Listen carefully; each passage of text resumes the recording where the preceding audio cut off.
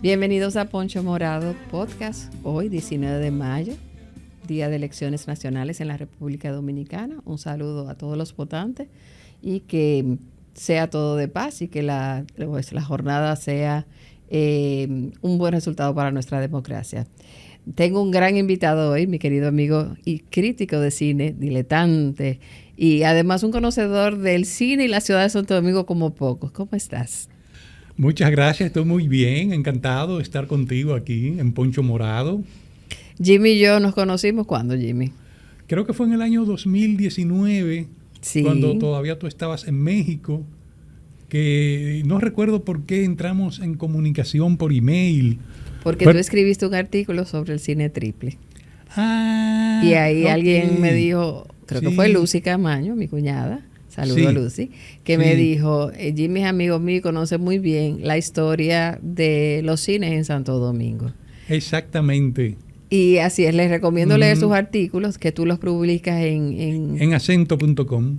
En Acento, donde no solamente hace crítica de cine, sino hace artículos sobre la historia de la audiencia dominicana a través de los años. Y con Jimmy se puede hablar, por ejemplo, Jimmy, ¿dónde fue que estrenaron El Padrino? Él dice, mira, eso fue en el Triple, en marzo del 73, yo tenía una camisa verde, se acuerda de todo.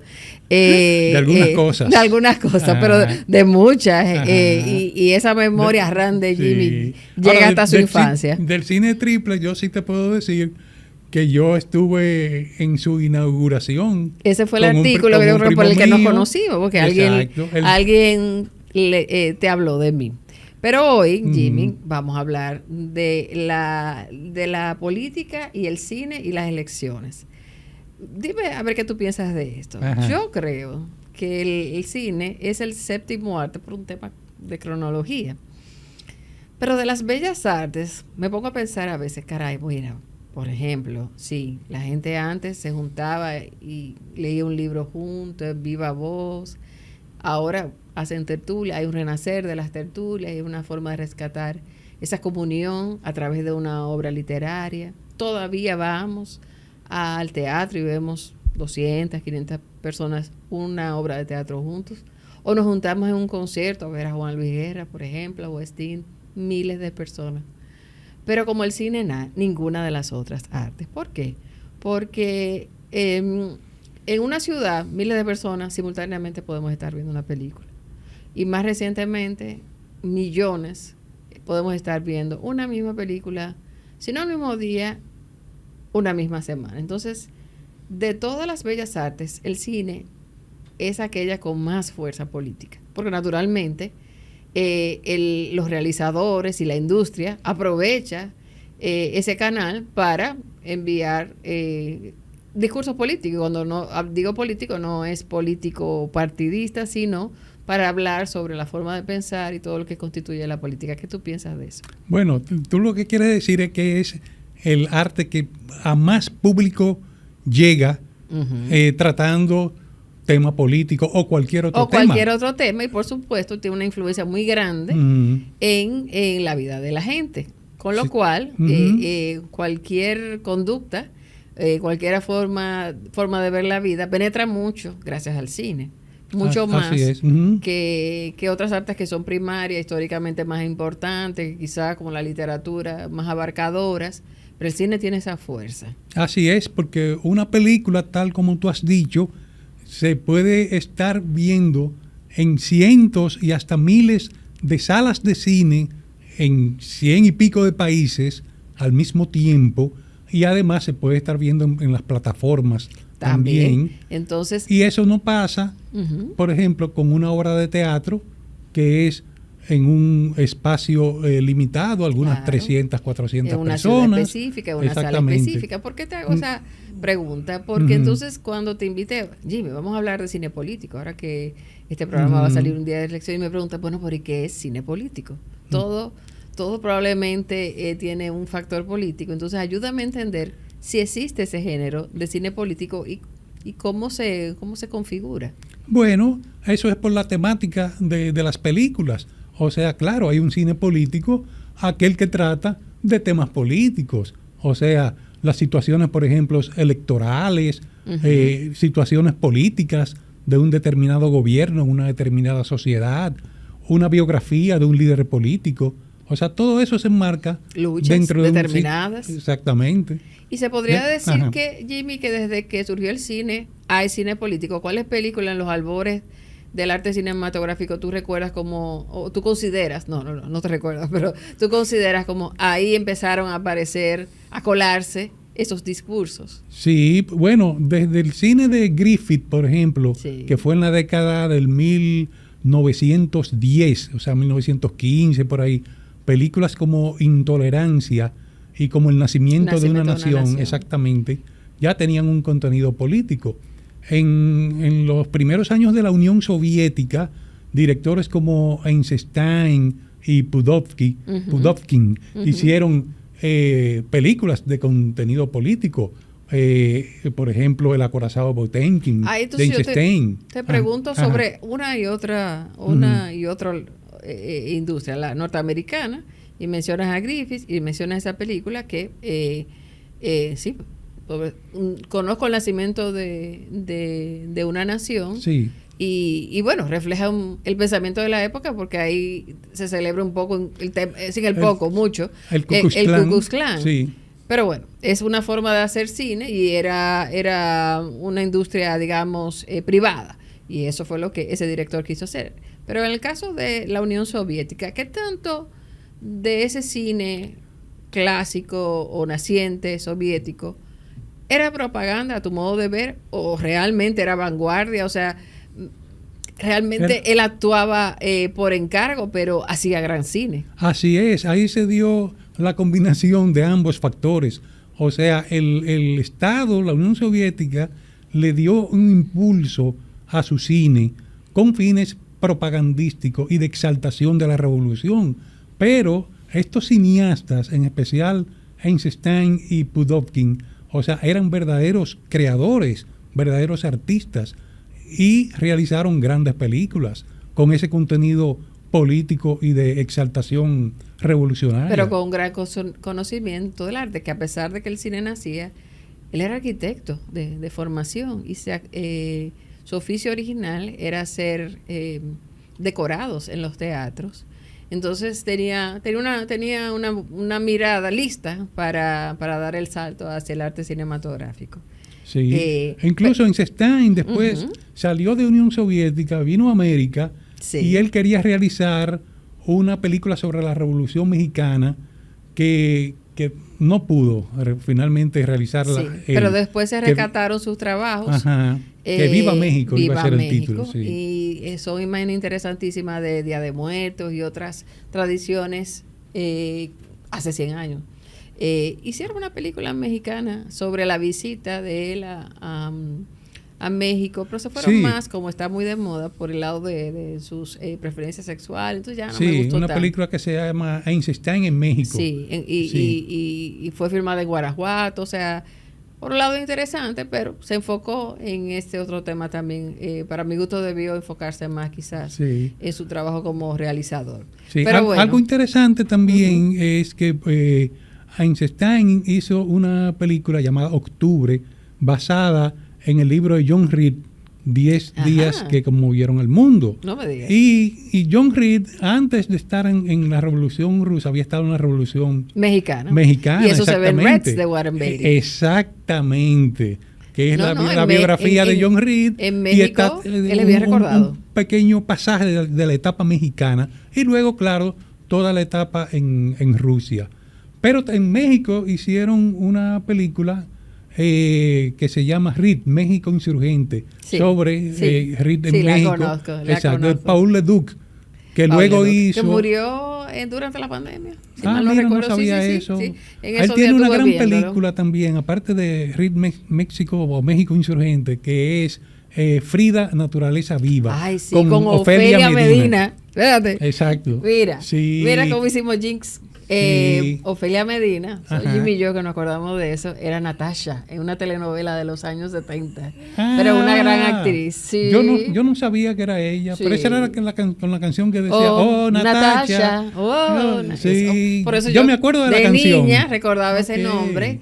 La vi en las tablas allá en México y yo estaba en primera fila y como que la saludé al final, hice un gesto y fue muy simpática, pero la recuerdo en Frida Naturaleza Viva, que también hay un elemento de cine político porque Diego Rivera y Frida Kahlo eran activistas. Exactamente. De izquierda. Y acogieron a León Trotsky cuando tuvo que salir al exilio de la Unión Soviética, cuando Stalin. Así claro es. Que sí. Pero bueno, es difícil saber por dónde empezar. Voy a dejar que seas tú. Yo sé que tú tienes una antología estudiada de cine político, pero quizás por la categoría de cine político, quizás, no sé cómo tú prefieres hacerlo, o sea, hacerlo por jurisdicción, como ver en Estados Unidos, luego pasar a Europa. Siéntete libre de tu casa. Bueno, cuando tú me hablaste de la temática que íbamos a conversar hoy, pues yo busqué en internet títulos de películas con temática electoral sobre todo y política en general. ¿Tú te acuerdas de la película y libro también The Never Ending Story? Sí. O La historia sin fin o La historia interminable. Yo tengo una amiga que es Diana Acosta, la presidenta, exacto, la presidenta de la Asociación Dominicana de Prensa y Crítica Cinematográfica, ADOPRESI, que ella dice que hay una lista interminable o una lista sin fin, que es la lista de las películas que uno se entera de que existen, pero uno no la ha visto, entonces uno la agrega a la lista para algún día verlas, pero esa lista nunca se acaba y posiblemente o con toda seguridad uno nunca verá todas las películas que están en esa lista. Eso mismo pasa con la lista que yo preparé, ¿no? Buscando información en internet. Entonces vamos a ver qué tú me trajiste. Porque esta lista es larguísima. Pero ¿cuál fue la primera? Cuando yo te dije, Jimmy, ven, vamos al programa a hablar de cine político. ¿Cuáles fueron las tres que te primero vinieron a la mente? Bueno, el cine de Costa Gabras, podemos comenzar por ahí, que fue muy conocido aquí en la República Dominicana, Costa Gabras, cuando se estrenó su película Z. Sí. Porque la película Z aquí en el país tuvo un secuestro por parte de la policía. Es decir, la película en el 1970, o sea, en plenos 12 años de Balaguer, la película se estrenó una simultánea de aquella época, Olimpia y Lido, cuando el Lido todavía no era... Era un cine de primera categoría. Exactamente, todavía no había pasado a ser cine porno, pero resulta la película se estrena un jueves, se exhibe un viernes, sala llena, todas las tandas en ambos cines, y el sábado fue una patrulla de la policía a incautar los rollos de la película. El distribuidor de la película sometió a la comisión de apelación que había, porque había una comisión de espectáculos públicos y radiofonía que era la que censuraba las películas. Tú sabes que, el paréntesis, tú sabes que seguimos regidos por esa ley de esa época, a la fecha. Sí, yo sé, la ley sigue vigente. La misma. Y es una ley que tiene unos artículos que realmente a uno le dan risa. Sí. O sea, esa ley establece, por ejemplo, que algunas películas pueden ser clasificadas no aptas para menores de 12 años, de 14, de 16, de 18, pero también que pueden ser clasificadas como no aptas para menores de 18, pero para ser exhibidas en tandas separadas de hombres y mujeres. Y de hecho, en aquellos años había algunas películas que tenían esa clasificación. Se llegó a ejecutar. Y había películas que tenían que a las 5:15 de la tarde era la tanda para mujeres y a las 8:15 de la noche la tanda para los hombres. Esa pasó con varias películas en los años 60 y 70. Pero volviendo al caso de Z, el secuestro. La policía se llevó. Aparte de la comisión de espectáculos públicos, había una comisión de apelación y el distribuidor la sometía su apelación, ¿no? a la prohibición de la película, y por lo general esa comisión de apelación levantaba la prohibición Y eso pasó con Z, y por eso, como a las 2 semanas, volvió a cartelera la película Z. Frente a esa casa distribuidora estaba mi tío, y luego tío, yo creo que no era mi tío en ese momento, Pierino del Giudice, padre de mis primos Pietro y Edgar del Giudice Novoa, que eran, la familia del Giudice era la propietaria de esa casa, era una casa que traía cine europeo. Era una distribuidora de películas. Sí, exactamente. Una distribuidora. Qué bien. Y bueno, por eso se conocieron mi tía y Pierino, porque mi papá estaba en ese negocio, en ese quehacer. Exacto, exactamente. Era su oficio. Y por eso, que yo era muy chiquita, me recuerdo muy bien del reperpero, pero en mi imaginario infantil, Balaguer fue que dio el visto bueno para que volvieran a dejar a Z en la pantalla, pero cortaron el pedacito donde mencionaban a Trujillo, porque ese era el problema. Eso yo no lo sabía. Sí, señor. Yo vine a ver el pedacito con Trujillo ya cuando la película apareció en Telecable Nacional en los años 80. Y ahí entonces vimos la versión completa, porque ese era el tabú. Eso yo no lo sabía, me estoy enterando ahora, 50 años después. Yo tengo mis datos. Sí. Pero definitivamente Costa Gabra es como el autor, cine de autor por antonomasia de cine político. ¿Y cuál más te gusta de él? Él después de Z hizo La Confesión, que también hizo otra película en que se menciona la República Dominicana, que es Estado de Sitio. Perdón, Estado de Sitio. Disculpa, es en Estado de Sitio que mencionan a República Dominicana. Exactamente. No en Z. Confusión mía, creo. Pero ¿por qué era lo de Z era porque era un francotirador? No, lo de Z era un periodista que investigaba el asesinato de un político. Ya. O sea, esa era la trama. Y la policía de la época, por alguna razón, entendió que eso era una película subversiva y por eso la incautaron. Sí, pero es en Estado de Sitio que menciona la República Dominicana. Él va bajando del avión. Pero esa es Estado de Sitio, que está inspirada en Dan Mitrione, que fue un agente de la CIA que estuvo en la República Dominicana después de la Guerra de Abril durante unos años y luego fue trasladado a Uruguay. En Uruguay fue secuestrado por los Tupamaros y creo que lo mataron. El actor era Yves Montand. Yves Montand. Bueno, Yves Montand fue el actor tanto de La Confesión como de Z y de Estado de Sitio también. ¿Tú sabes cuál me encanta de Costa Gabra? Como Ícaro. Comicar se llamaba en francés, pero era aquella que fue un poquito después, casi ya en el 80 por ahí, donde es un periodista que está investigando la verdad y al final lo matan. Yo no sé cuál es. No, o sea, que le cambiaban los nombres de inglés, de francés. Sí. Porque después Costa Gabras hizo cine en Estados Unidos. Él hizo, pero te iba a decir, porque él era griego, ¿no? Sí, él era griego, pero nacionalizado francés. Por eso las películas. Digo, yo creo que no debemos decir era, sino es, porque yo creo que está vivo todavía. ¿Vivo? Creo que sí. Y una película que también impactó mucho de él en los años 80 fue Desaparecido, Missing. Claro, pero eso ya fue en Estados Unidos. Esa es Comicar. Después la voy a poner en YouTube. Operación Ícaro. Operación Ícaro. Sí, claro. Yo estaba en la Alianza y estaba privando y yo sabía francés. Esa creo que no es de Costa Gabras. Sí es con Yves Montand. Es con Yves Montand. Pero el director me parece que es otro, no Costa Gabras. Pero no te lo puedo asegurar. Pero entra en el género, ¿no? Sí, claro.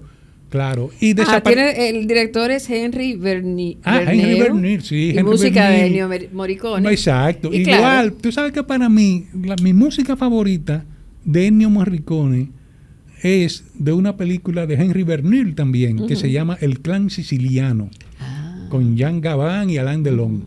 El tema musical de esa película, para mí, es una joya. Y es de Ennio Morricone. Y claro, Missing nos pegó mucho, porque es sobre la situación en Chile durante la era de Pinochet y eso uno lo entiende muy bien, además con grandes actores, Jack Lemmon, Sissy Spacek, así es. Y el desaparecido, que es un actor que ya no me acuerdo el nombre, pero era muy buen mozo. Eso sí me acuerdo. No recuerdo recuerdo la cara de él, pero no el nombre. Mira, quiero volver a la República Dominicana. Dale. Porque unos meses antes de lo que pasó con Z, Algo parecido ocurrió con la batalla de Argel, de Guilo Pontecorvo, sí, hubo un reperpero, que después que tenía una semana o 10 días en cartelera y con mucho público, un coronel, según cuenta la leyenda, un coronel de la policía la fue a ver y salió escandalizado porque él entendía que era una película subversiva, y fue donde el jefe de la policía, el general, no me acuerdo, para decirle que esa película no se podía permitir, y el jefe de la policía mandó a incautar la película también. Pero a diferencia de Z, la película no fue autorizada por la Junta de Apelación, sino que después que salió Balaguer y vino el gobierno de Antonio Guzmán, fue cuando la película se autorizó para ser exhibida en el cine. Y fue en el cine Triple que se presentó entonces. Y tengo una pregunta. Ajá. En esa época, bueno, cine político siempre hay, ¿no? Los temas cambian, las preocupaciones cambian, pero en esa época, ¿por qué había tantas? O sea, era un tema de utilizar el arte cinematográfico para poder decir cosas que quizás de una manera directa era más difícil, pero hubo buenos directores, buenas películas, como las que acabas de mencionar y otras que seguro tienes por ahí en tu lista. Y obviamente la cultura, o sea, un director ejerce una influencia sobre el otro, pero sobre todo las que venían de Italia, de Francia y de Italia, como, bueno, Bertolucci, el conformista, por ejemplo. Sí, claro, Bertolucci, además del conformista, también esa gran epopeya que es 1900. 1900, me encanta. Que aquí se presentó dividida en dos partes. Sí. Porque era una película de varias horas. Y Gerard Depardieu. Sí, cuando Gerard Depardieu era Gerard Depardieu, ya está medio loquito bien. Donald Sutherland. Ay, sí. Sí. Bella película. Bert Lancaster también, ese reparto de 1900 era. Un reparto. Y luego él hizo también, más reciente, Los Soñadores, una película que se desarrolla durante el Mayo francés del 68. Ay, esa no la he visto. Sí. La que sí, por supuesto, vi fue El Último Emperador.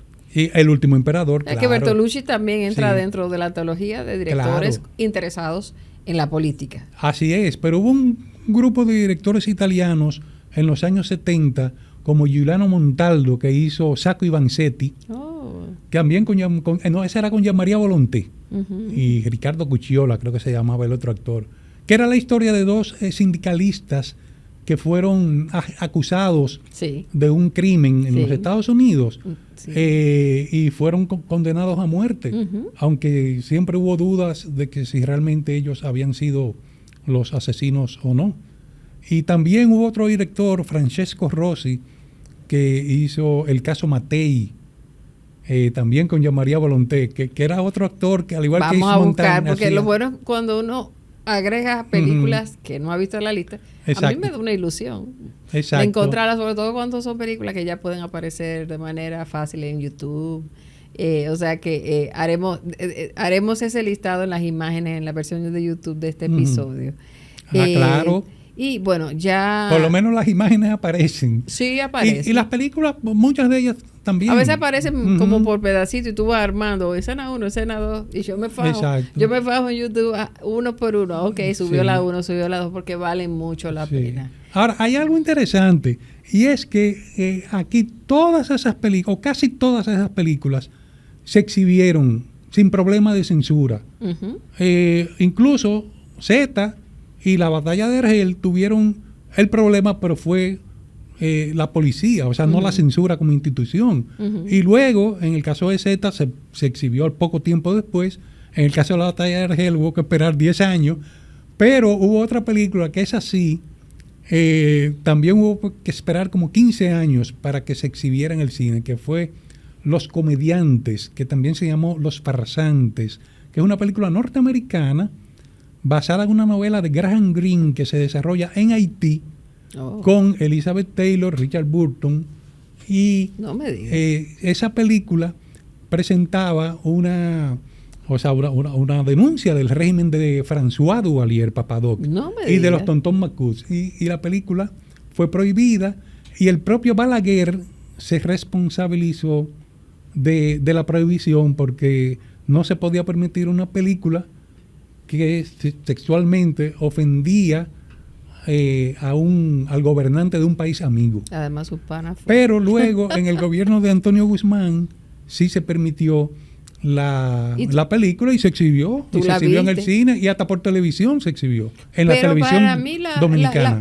La película que uno inmediatamente identifica con estos dos actores que fueron marido y mujer es Quien teme a Virginia Woolf. Pero no sabía que habían rodado esas otras juntos. No sé si eran esposos. Sí. Cuando le hicieron, ¿de qué año sería esa película más o menos? 66, 67 por ahí. O sea, capaz estaban casados todavía, sí. Ellos hicieron varias películas juntos. La primera, que fue donde se conocieron y se enamoraron en el rodaje, fue Cleopatra. Ah, claro. Pero luego, Angélica, hicieron 7 puntos por lo menos por no recordarte eso, claro. Sí, pero luego hicieron The Sandpiper. Hicieron varias. A mí me gusta mucho la de Virginia Woolf, pero no conocía la del tema haitiano. Y qué interesante. Bueno, pero en Estados Hicieron Unidos... hasta una de la adaptación de una obra de Shakespeare también, La Fierecilla Domada. ¿Cuál? Dirigida por Franco Sefirelli. Ellos hicieron como 6 o 7 películas. Sí, porque además como era actor y actriz principal. la parejita del momento en Hollywood. En Estados Unidos ya en años más recientes, Oliver Stone ya llevó a otra escala de producción, yo diría, y también de popularidad, porque se hizo muy, muy taquillero hacer películas con estos temas, como la que más recuerdo, por supuesto, es JFK. Exactamente, pero antes de eso lo había hecho Pelotón, claro, basada en su propia experiencia como soldado en la guerra de Vietnam. Ganaron el Oscar, ¿no? Sí, Pelotón, sí. Hizo también Salvador, sobre la guerra civil en El Salvador. Sí, la recuerdo. No Salvador, nuestro amigo aquí.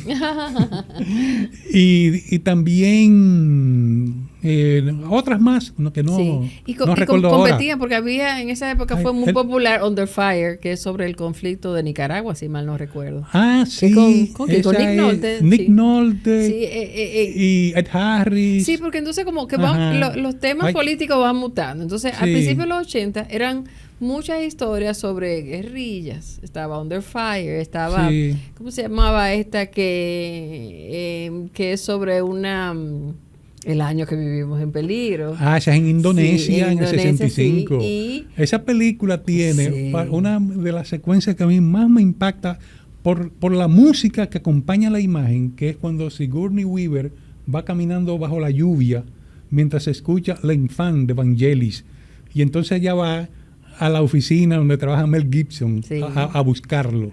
Sí, había tremenda esa escena. Había otra también que era de alguien que viene de Vietnam. Bueno, si nos metemos en Vietnam... Bueno, ahí está Nacido el 4 de julio con Tom Cruise. De julio, Coming Home. Esa con Jane Fonda y John Boyd. El papá de Angelina, porque ahora él es el papá de Angelina, no John Boyd. Midnight Cowboy. Eso es para nosotros. Pero bueno, ya antes de pasar como el tema propiamente electoral, no podemos dejar de saludar a Charlie Chaplin por El Dictador, así como mi amigo está la gran película, la mejor película de todos los tiempos norteamericana. Citizen Kane. Sí, Ciudadano Kane. El Ciudadano Kane, Orson Welles. Y hay más, pero yo creo que esas dos hay que en este programa no se pueden dejar de mencionar, porque El Ciudadano Kane es una de las mejores películas de todos los temas, por lo menos en Norteamérica. Y entra dentro de la temática electoral, porque en un momento dado el gran magnate de la prensa se postula. Pero entrando en películas sobre procesos electorales, lo que estamos viviendo en el día de hoy en República Dominicana. A ver, dime de tu gusto o de tu admiración. Dime unas 3, yo te digo 3 más. Vamos a comenzar con una latinoamericana que es No, de Pablo Larraín con Gael García, que es acerca del proceso o de la campaña publicitaria en el proceso del plebiscito para que el pueblo chileno decidiera si Pinochet se quedaba o se iba del gobierno. Muy bien. En Chile. Ahora yo voy con una.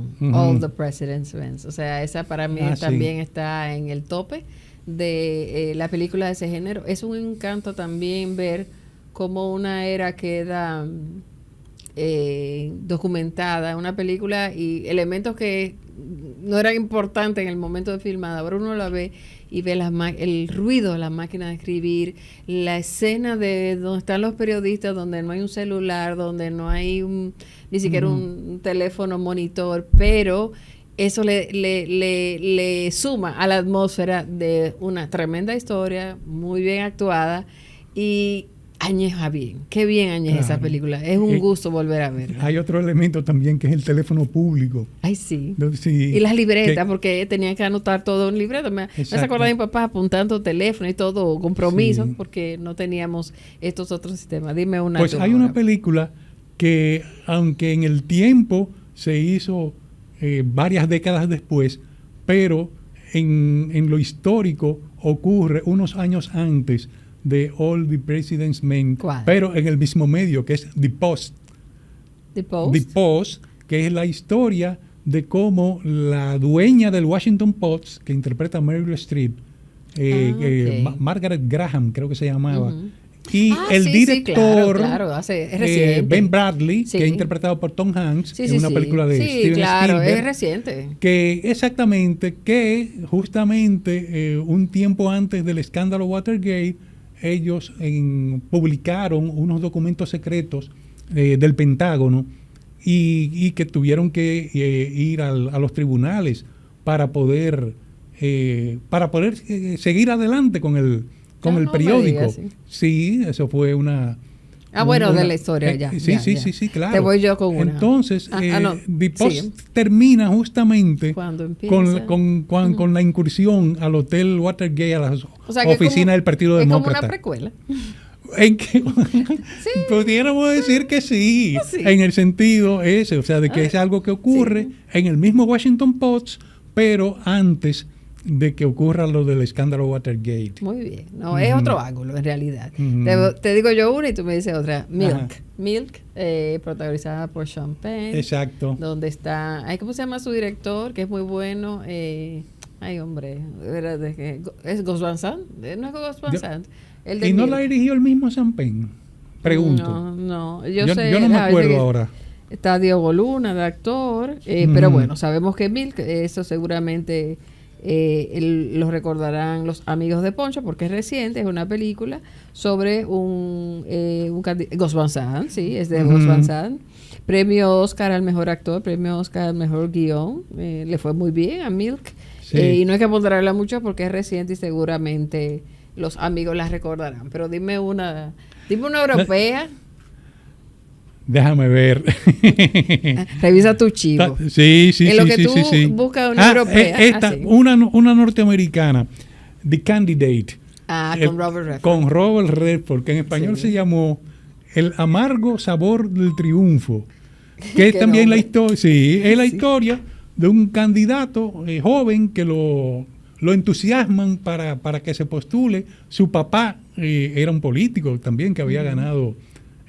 Había sido senador y gobernador y todo eso, y este muchacho dice sí, vamos para adelante, pero él no espera que va a ganar y sin embargo gana, y al final entonces no sabe qué es lo que va a hacer.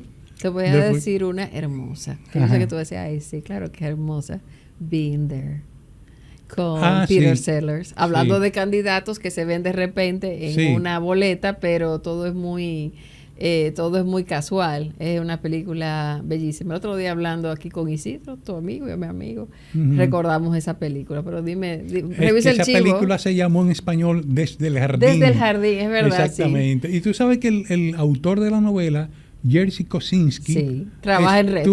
Exacto, como actor, pero que además él fue artista en residencia en Altos de Chabón hace muchos años. Eso yo no lo sabía. Sí, en esos años 80, 90, por ahí, él tuvo una temporada como artista en residencia en Altos de Chabón. Qué buen dato, no lo sabía. Ahora, déjame buscar una europea. Revisa tu chivo y en lo que tú buscas una europea, recordemos una latinoamericana, que es La Ley de Herodes, mexicana. Sí. Esa entra en la categoría. O te chingas o te jodes. Yo sabía que tú le ibas a decir. Sí. Tú sabes que esa película se estrenó aquí en una muestra internacional de cine de Santo Domingo, cuando eran en el cine Hollywood Diamond. Yo me acuerdo. Y en ese momento estaba el sometimiento del caso Van Inter. Okay. Entonces, hay unos diálogos en la película donde mencionan un personaje que se llama Ramoncito. Entonces, hay uno de los personajes que sí, porque no es así, Ramoncito, aquí no vamos a joder todo. Entonces la gente en el público se reía mucho con esa alusión a Ramoncito. Qué tiempos aquellos. Sí. Pero estoy buscando entonces una europea. Vamos a ver. Hemos mencionado ya francesa, bueno, sí. ¿No recuerda alguna española? Bueno, las de Costa Gabras, todas esas que mencionamos, sí, claro. Y las italianas que yo mencioné hace un rato, sí, como que son europeas. Sí, obviamente, hay películas. Pero hay otras más. De las electorales, ¿no? Porque película de corte político inglesa. Esta sí. Esta es una película olvidada que se llama Golpe de Estado.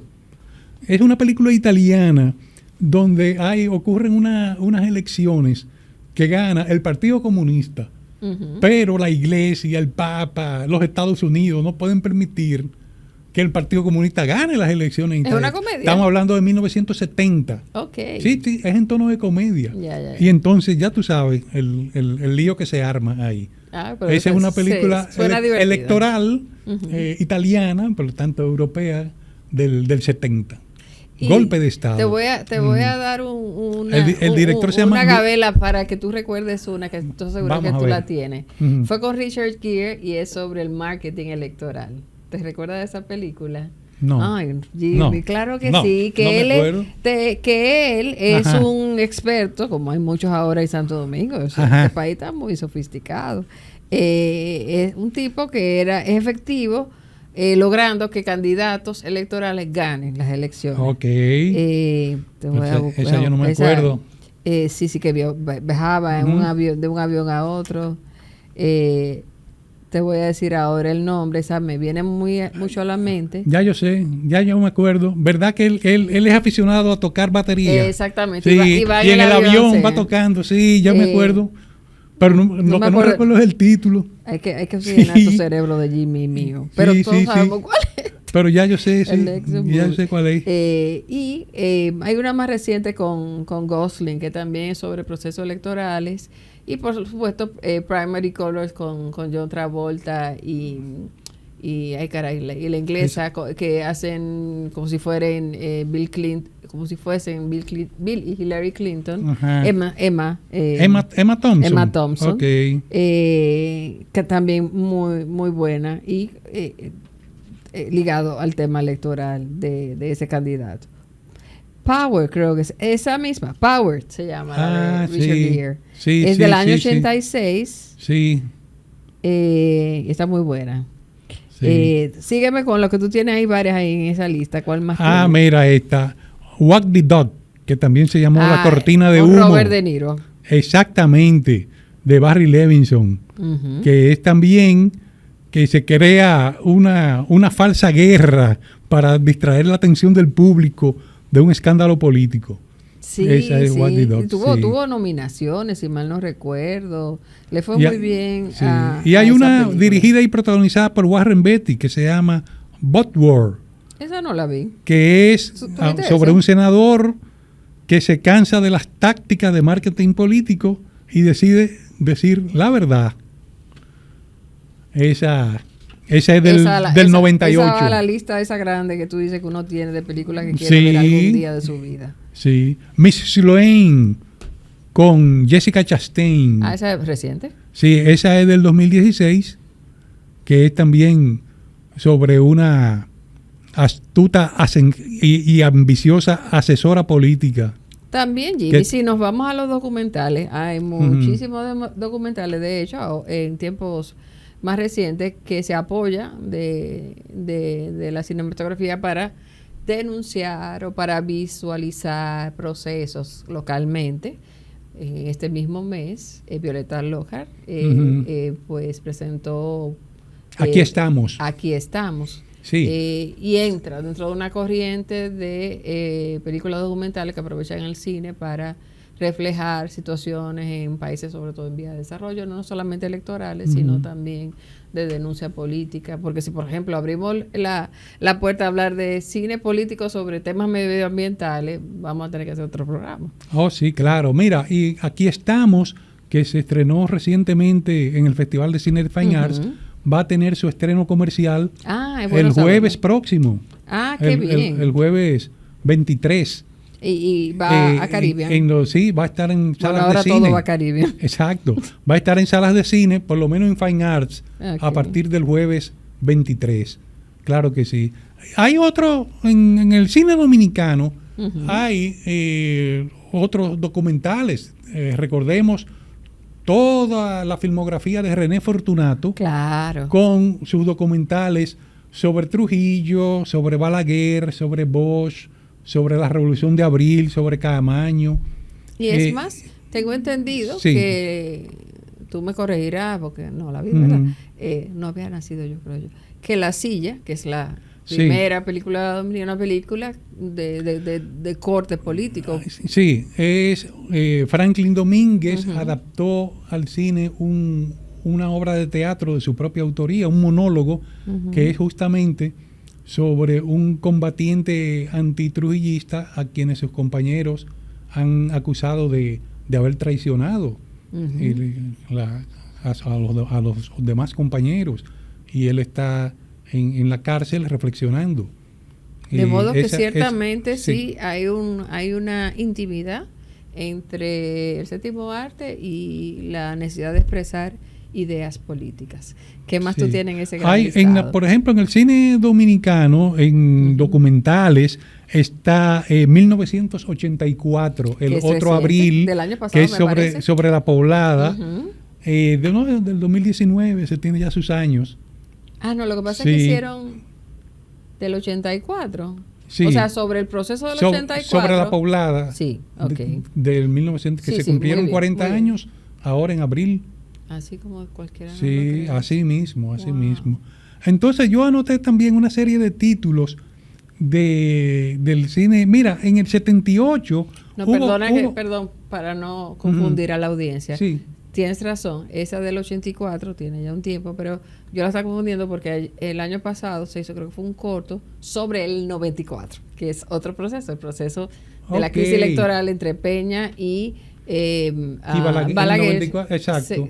Alguien hizo un cortometraje, cuando acuerde el nombre lo pondremos en el YouTube. Ok, sí, ese no lo conozco. Sí, más reciente. Mira, en el 78 hubo 2 cortometrajes sobre procesos políticos, uno de Jimmy Sierra, que fue 7 días con el pueblo, donde se recopiló parte de lo que fue el Festival de la Nueva Canción, 7 días con el pueblo en 1974. Y el otro es Crisis, de Onofre de la Rosa, que fue justamente sobre la crisis electoral que ocurrió a raíz de las elecciones del 16 de mayo del 1978. Que fue la que ganó Antonio Guzmán. Entonces yo anoté una serie de títulos de películas dominicanas que tratan sobre temas políticos o personajes políticos. Por ejemplo, Lilis, de Jimmy Sierra. Sí. Trópico de Sangre, de Juan de Lancer, que es sobre las hermanas Mirabal. El Teniente Amado, de Félix Limardo. Duarte, Traición y Gloria, de Leo Silverio. 339, Amin Abelas Boom, Memoria de un crimen, de Etzel Báez. Del color de la noche, que es la biografía de Peña Gómez, de Agliberto Meléndez. Una comedia política y electoral, Tubérculo Presidente, claro, de Archie López, con Miguel, Raymond y Miguel. Gilbert, Héroe de dos pueblos, de Pavel López. Héroes de junio, de Rudy Pérez. Y La otra lucha, de Hans García, que está inspirada en Rubirosa Fermín, aquel militante de izquierda que fue ultimado por la policía, que había hecho algunos atracos a bancos y todo eso, cuando los 12 años de Balaguer, exacto. Y hay otras más. Ese de cuando el atraco del Chase, esa época.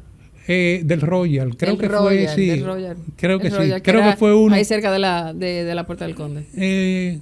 Y no, ¿tú sabes cuál? El Banco de Reserva de la Rómulo Betancourt, que todavía no se llamaba Rómulo Betancourt, También, sino sí, Prolongación había Bolívar. mucho asalto en esa época, sí. Ajá. Fue de los que asaltó Rubirosa Fermín. Pero mira qué buena lista. No, está en la lista. No, qué buena lista. Ok, estoy elogiando sí. tu lista porque nunca había pensado sí. en el cine dominicano de esa perspectiva, pero fíjate cuántas. Sí, y creo que hay otras. Creo que hay otras, y debe haber algunas más. Y en cuanto al cine medioambiental o ecologista, hay varias en el cine dominicano, hay varios documentales.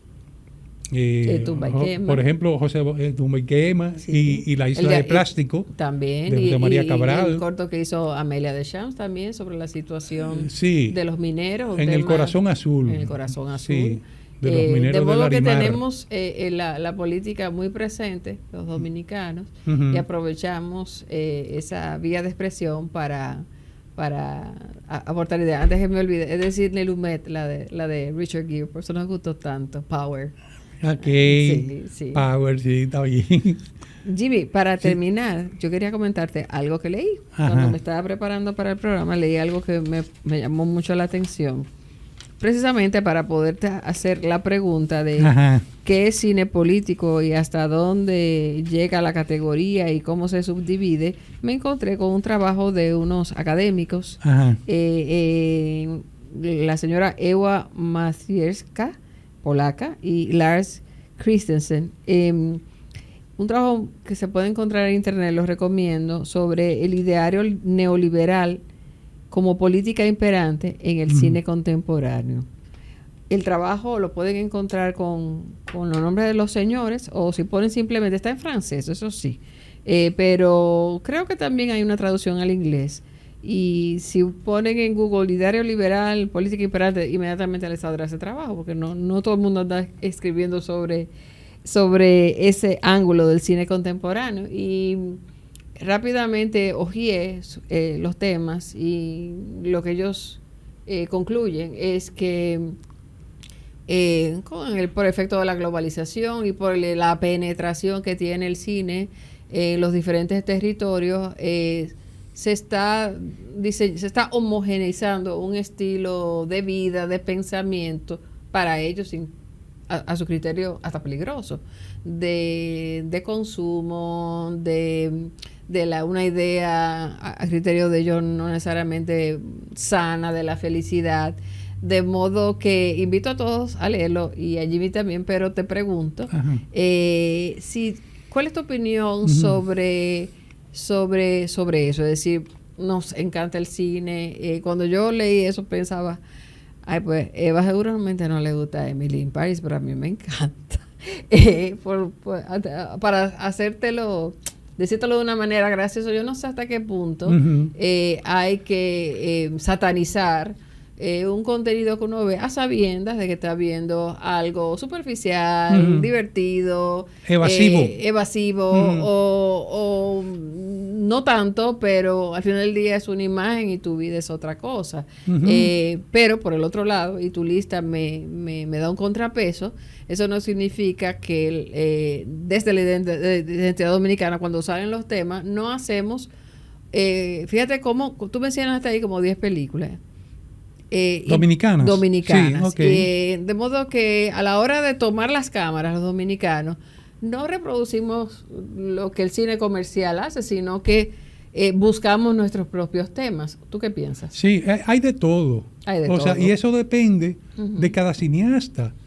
O sea, hay cineastas que le interesan estos temas políticos, los temas, por ejemplo, ecológicos, medioambientales, temas psicológicos de las relaciones humanas. Y hay cineastas que le interesa un cine evasivo, divertido, sea thriller, sea comedia. Y eso no es Entonces, eso exactamente. Lo importante es que hagan buenas películas, no importa el género, y que uno como espectador pueda disfrutar del buen cine en toda su variedad y diversidad. O sea, yo disfruto tanto una película de Bergman, por ejemplo, a una película evasiva. Claro que sí. Un Indiana Jones. Que por hay decir un día algo. que uno necesita a Indiana Jones y a su palomita y nada más. Jimmy, de tu casa. Ah, qué bueno. Gracias por venir a hablar un día en que uno tiene que fluir con el proceso, esperando que todo salga bien. Yo estoy segura que así va a ser. Sí. Y que todos los amigos tengan una feliz jornada de votación. Gracias por venir. Ten cuidado que aquí te han sentado muchos políticos en el programa de Gepiano. No se te vaya a pegar un deseo de candidatearte para las próximas elecciones. Pues muchas gracias a ti por la invitación. Ha sido un placer. Un verdadero placer y que sea la primera de muchas visitas. Ya tú te sabes el caminito. Y como siempre digo, cambia y fuera.